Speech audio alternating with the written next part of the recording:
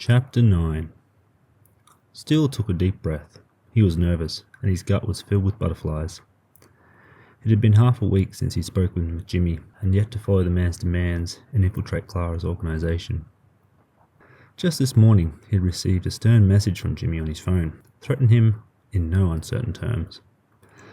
With another deep breath, Steele ran a hand over his face, trying to force the problem to the back of his mind. He was not afraid of Jimmy, but tonight he wanted to think about other things. "Excuse me, sir." A middle-aged man wearing a fine tuxedo came to stand beside him. "Your table is ready. Do you wish to sit now or wait for your date?" "I'll sit now," Steele replied without much thought. "She shouldn't be much longer." "Very good, sir. Follow me, please." The waiter smiled and led the way from the reception area of the restaurant through the tables to one by the large windows. The table was set for two with a candle and a single rose in a small crystal vase at the centre. Steele frowned at the adornments as he sat down, slightly regretting his decision to let Knox make the reservations for him. The fancy waiter brought a menu for him to peruse while he waited, but after only giving it a brief look over, he turned his gaze out to the large window and the views across Central towards Symphony Beach. On the great pier of Symphony Beach, along the white sands, there was a built-in amusement park, and it was lit up with hundreds of lights. The park was filled with roller coaster rides and attractions, and a great Ferris wheel sparkled with tiny fires. Beyond the lights of the park, the pier on the water was dark, and the lights of the mainland glittered off in the distance. The night was clear, but the skies were dark, its stars overpowered by the lights of Eden. The moon was still visible, though, sitting high in the inky blackness, an orange light pale and distant. Again, Steele's thoughts returned to his problem with Jimmy. There was only 4 more days until the man had said he would kill Steele if he had not infiltrated Clara's group. From the sights towards the mainland, Steele's eyes drifted to the end of the sporting stadium that could just be seen through the closely built towers. The lights were bright there as well, and likely there was a match taking place between the local teams. The sight did not hold his interest long. The entire restaurant was slowly rotating around the top of a high building, and the sights of the stadium and Symphony Beach pier gradually drifted from view. Glancing to the clock that sat on the wall, Steele took another deep breath and wiped his moist palms on his thighs. Slowly his grey eyes scanned the restaurant, noticing quite a few wealthy-looking couples enjoying a meal together and a few small parties. Soft classical music floated on the air with the smell of food cooking that made his stomach grumble and mouth water. Across the tables, his gaze was caught by a young woman walking through, wearing a rich dress that hung close to the body with a low neckline. The woman's eyes sparkled as she looked about, her strawberry blonde hair looking lustrous in the sympathetic lighting of the restaurant.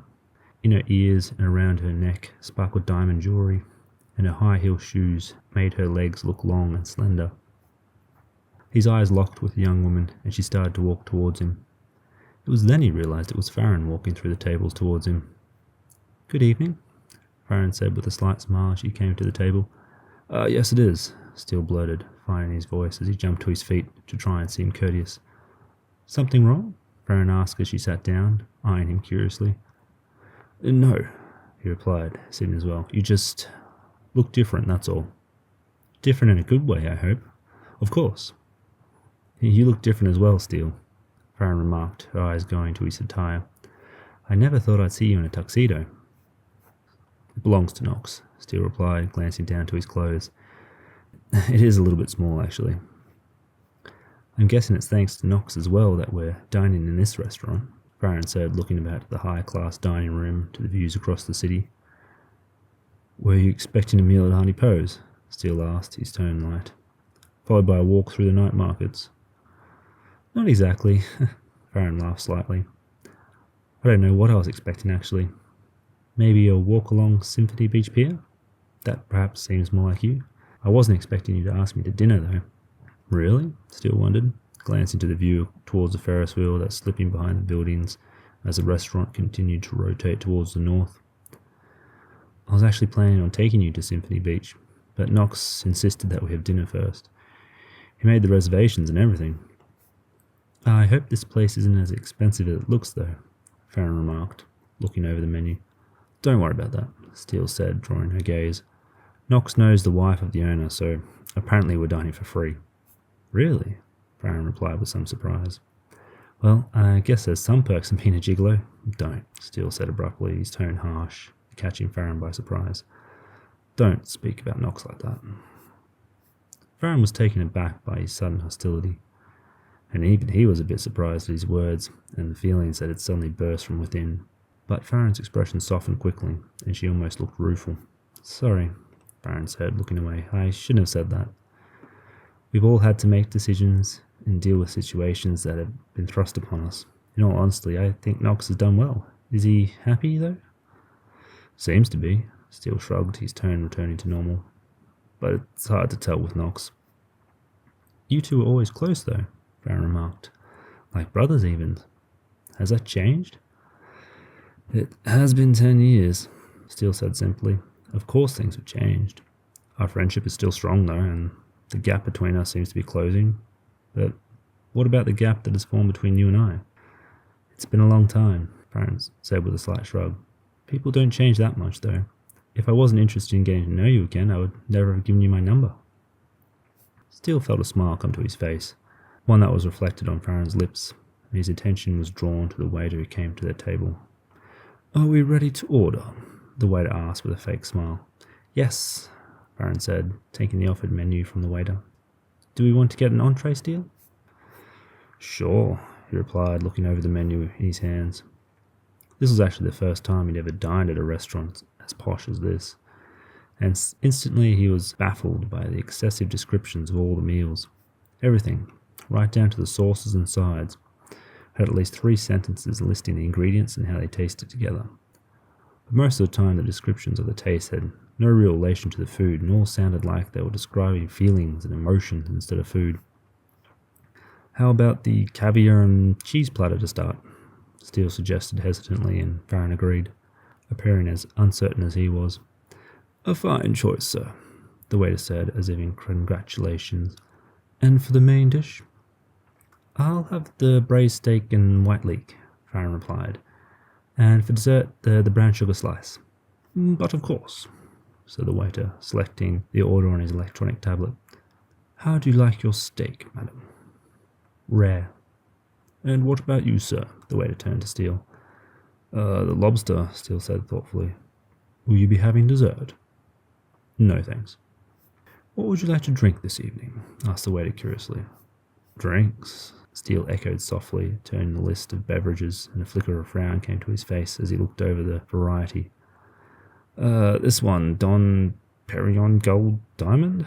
Sounding as confident as he could, he handed the menu to the waiter with a short nod, and Farron did the same, a slight smile on her face. The waiter hesitated for a second before his smile returned, this time appearing condescending to Steele's mind. Thank you, sir, said the waiter. Your meal will be brought as soon as possible. The overly polite man left them and weaved back through the tables, heading towards the kitchens. Farron laughed lightly once the waiter had left, drawing Steele's attention. What is it? He wondered curiously. Us, she replied, her eyes sparkling. Ordering fancy food at a restaurant like this. I would never have pictured this back in high school. I did, Steele said honestly. You were always ambitious, though, Farron replied, her tone becoming more serious. Still are, as far as I can see. You should have seen Clara after you left. She was livid.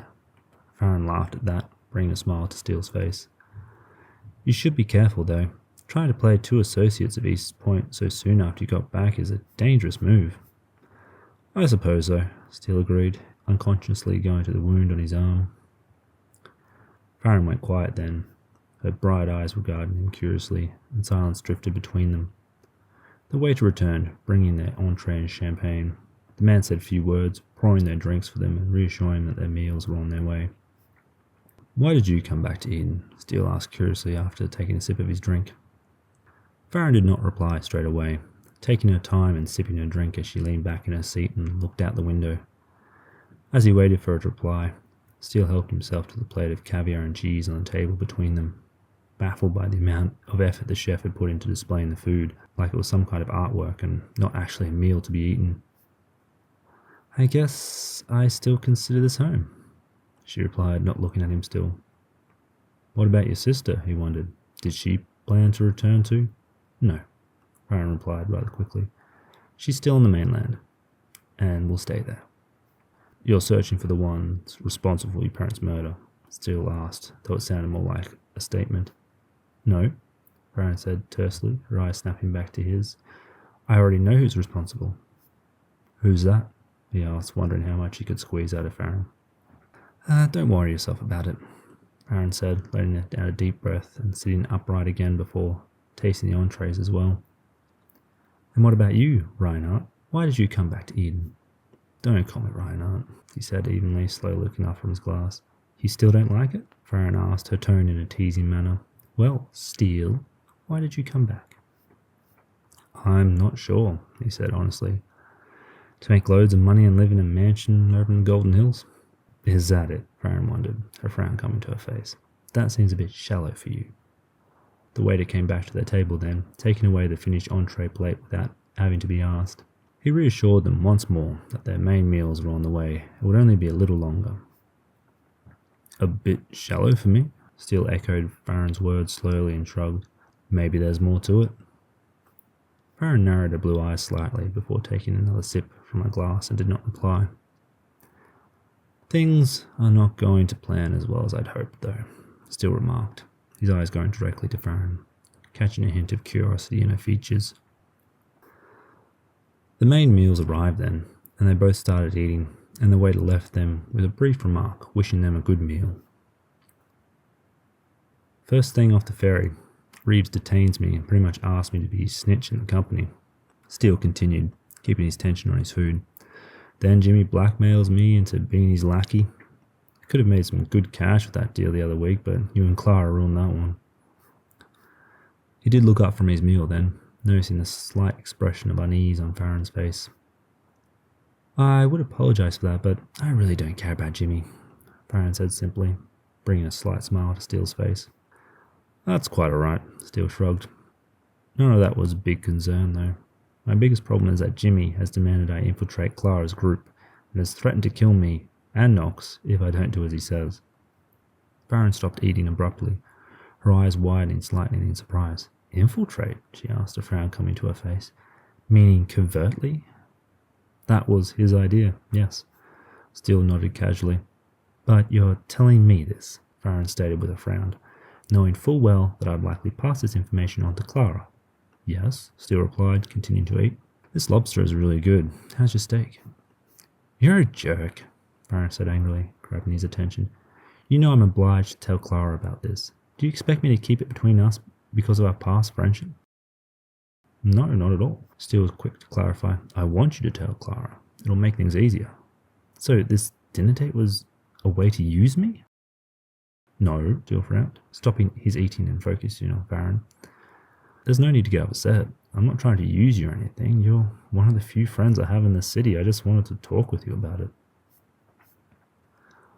Farron's anger lessened a bit, but she continued to frown heavily at him. We are friends, right? Steele asked. Not at the moment, Farron said harshly, but he could tell she was half joking. Why didn't you just ask for help? That's what friends do, instead of sounding like you're trying to coerce me into some sort of action or inaction. All right, Steele smiled. I'm in a bit of a bind. Might you be able to help me, Miss Keene? That depends, Farron replied, resting back in her chair and acting haughty, with her glass in her hand. What troubles you, Mr. Steele? Some half-bit gangster wants to kill me, Steele said, playing along, so I want to remove them from the picture before they do. Both? Farron asked, becoming serious once again. That's ambitious. How do you plan on doing that?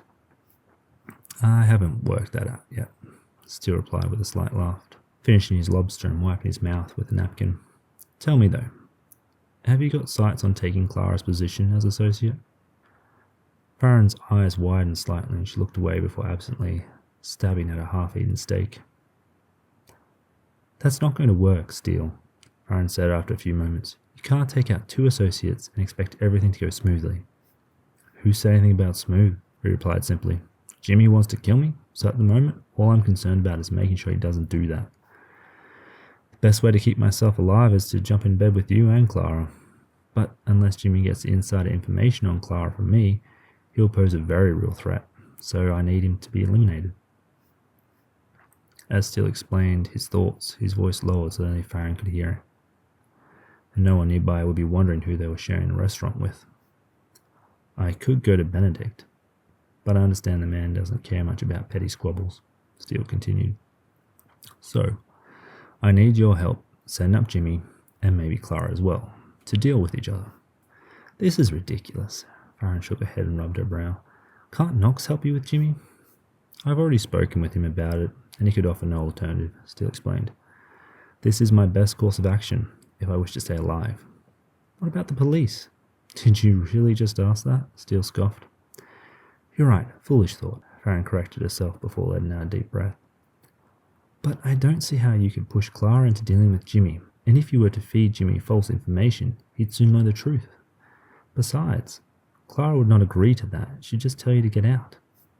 Such is my predicament, Steele said simply, and Farron became lost in thought.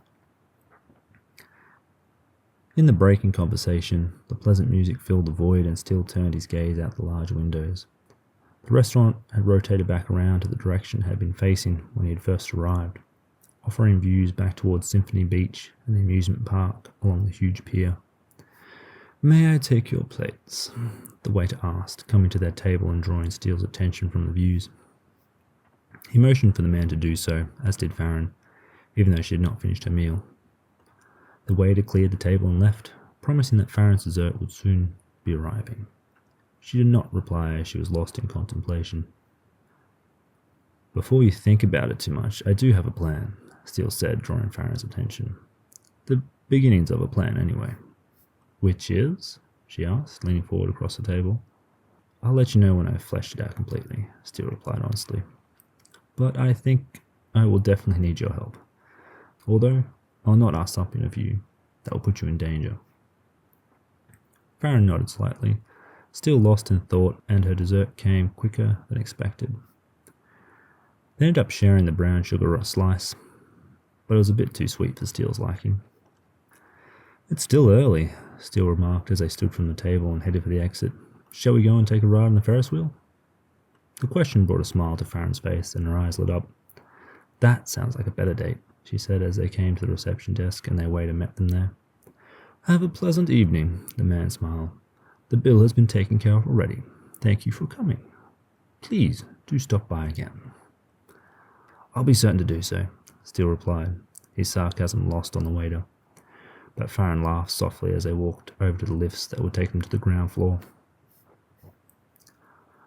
From the restaurant, they enjoyed the festivities of the amusement park and took a ride on the great Ferris wheel. No more did they talk of the predicament Steele found himself in, and instead spoke about old memories they had shared together.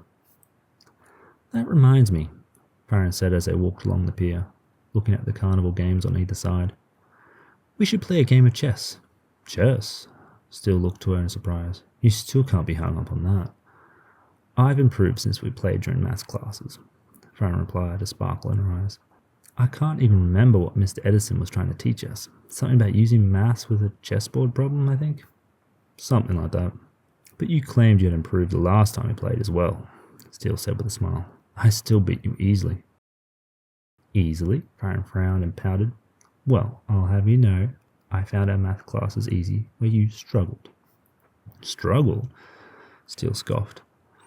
I think that's pushing it a little bit. You were only top of the class by 2 points, and that was just because Mr. Edison liked you. I was still on top, Farron stated, her smile wide. Well, I'll be more than happy to beat you in chess once again, Steele said, looking to the nearby carnival game. But, in the meantime, how about I challenge you at that game? Pigeon shooting? Farron looked to where he was pointing, a delighted glint coming to her eyes. All right, but be prepared to lose. Steele did not reply, a sly smile on his face as he walked over to the game stall. The lovely couple keen for a game? The attendant asked, with a pleasant expression. You get the high score and you'll get a secret prize. Come on, step right up. These pellet guns are easy to use, just point and shoot at the tin pigeons and move across in front of you. Nothing to it. Kids play this game. You guys ready? Ready, Farron said, aiming her pistol. Steele did not reply, giving a nod to the attendant to start the machine that would bring the pigeons across in front of them on the conveyor belts. And they're off, the attendant cried, trying to sound enthusiastic. The pellet guns were a lot lighter than normal handguns, but Steele found them easy enough to use. He missed the first shot, but after he became accustomed to the pistol and he managed to hit every following target. Out of the corner of his eye, he noticed that Farron was also shooting very well, something that did not surprise him as much as it might have done. On his last shot, Steele took a chance and aimed for the pigeon, moving the fastest on the belt that was the furthest away. It was worth the most points, it could only be hit once. It was risky, but he wanted to win. Fortune was with him, and he clipped the pigeon just before it vanished, knocking it over and causing a light to flash on the top of the shooting range. "And that gentleman's a winner," the attendant declared exuberantly. "Nice shooting. Your secret prize is this oversized teddy bear." "Thanks," Steele replied sarcastically, taking a large toy from the man. "Another round?" the man asked curiously. "Perhaps a lady will win the top prize this time." "She can have this one," Steele remarked, handing a large stuffed bear to Farron as he turned from the game pavilion. "I am overjoyed," Farron said, taking a bear as she walked with him, neither of them bidding farewell to the attendant. "I would have won if you hadn't got lucky on your last shot." "Keep telling yourself that," Steele scoffed. "Incidentally, where did you learn to shoot so well?" "Oh, the mainland," Farron replied, looking away, the spark vanishing from her eyes. "There was a shooting range near my house, so I used to go there when I was bored." "Right," he said slowly. "What about you?" she asked suddenly, turning back to him. "Before I was rejected from the Eden Police Academy, I used their gun range to practice." Steele shrugged. "I was just about to go for the final exam when..." His voice trailed away, the painful memories flooding his mind and sparking an old anger in his heart. "I heard what happened to your sister," Farron said hesitantly. "Even on the mainland, I was keeping an eye on Eden News. When I saw the news report, I couldn't believe it. I still can't believe it. I still can't believe that they couldn't convict that man who did that to your sister." "It doesn't matter now," Steele said, clenching his jaw, unfolding his bow tie and undoing the first 2 buttons of his shirt. "I also heard that the man responsible was killed a little while after the court case," Farron continued, and he felt her eyes on him. "The facts surrounding that were kept confidential. I suspected it had been you for a long time, and when I came back to Eden, I spoke to Knox and he confirmed my thoughts." Steele did not say anything. He could taste the blood in his mouth once again and felt the sickness in his stomach as the memories of the beaten and broken man lay at his feet. He had killed the man who drugged and raped his sister, just like he had been involved with the death of Knox's father. Although the death of Knox's father had been seen as an accident, he had still killed twice. It was a small wonder that the police academy rejected his application. It was all Reeves could do to see that he had not been in prison. The old detective had managed to call in a favour with the courts, police force and mayor's office to see that Steele was not convicted. Instead, his Eden citizenship had been suspended for 8 years, and he and his family were forced to leave the island. "Sorry, I should not have brought it up," Farron said quietly, looking away to the bright lights and the amusement park goers around them. The regular nightly fireworks of Symphony Beach suddenly rocketed into the night sky, exploding in a colourful rain and causing him and Farron to stop walking, to look to the heavens. The fireworks were not extensive or extravagant, merely a nightly delight for those in the area.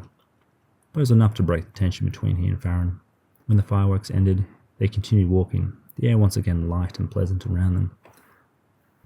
"You know," Steele said as they walked towards the entrance of the park, "I considered trying to find you after my forced move to the mainland. But I regretfully never got around to it. What did you do before you returned here?" "I finished my schooling," Farron said simply, drawing his gaze. "I assumed that part," he said, noticing the playful glint in Farron's eyes. "What about after?" "I was working in finance for a while," Farron said, looking away. Her tone changed. "But my position became redundant and I had trouble finding more work. So I came back here to renew some old contacts. I knew one of Clara's subordinates during high school here. Clara learned that I was good with money and numbers, so she offered me a job. Not a very interesting story." "More interesting than you think," Steele remarked honestly, feeling Farron's eyes fall on him. They had come to the entrance of Symphony Park then, and Steele stopped outside the gates, at the edge of the cul-de-sac where half a dozen taxis were parked, waiting for a client. "Shall we share a taxi back to East Point?" Farron suggested, but Steele shook his head. "I'm meeting up with Knox here in Central," he explained, and Farron nodded. I had a good time though. It's nice to see that even though there have been many years, we can still talk like friends. It is, Farron agreed, her blue eyes sparkling. I had a good night. Thanks for the teddy bear, but next time I'll win. I'll look forward to the next time then, Steele smiled. I'll call you when I've worked out this problem with Jimmy. Ah, yes, of course, Farron replied, becoming serious once more. Let me know, I'll help as best I can. Thank you, Steele said honestly, looking to Farron directly in the eye and making him blush slightly. Well, good night. Farron stepped away and headed for the closest taxi. Give my best to Knox. Steele did not reply, but he waved and smiled as he watched Farron get into the taxi and drive off down the cul-de-sac. Taking a deep breath, he took off his jacket and pocketed his bow tie as he walked down the road and into the streets of Central. He had been hesitant to go on a date with Farron, afraid that time had turned them into strangers, as was his impression when they had first spoken with Farron back in the Trade Co lobby. But despite the front she had worn whilst working with Clara, she was still the same girl he once knew, and their friendship felt just as easy as it had done those many years ago. Friends were indeed hard to find in Eden, and he felt better now that he could name Farron among them. He knew she was a person he could rely on, just like Knox. Taking out his phone, he sent a message to Knox, saying he was on his way, and with a smile, he quickened his pace. Things were starting to fall into place now, and he felt increasingly confident that he could remove the roadblock that was Jimmy from his path. The biggest issue was whether it would be ready by the end of the week. Otherwise, he was certain Jimmy would execute his threat and kill both him and Knox without a second thought. Time was not his friend.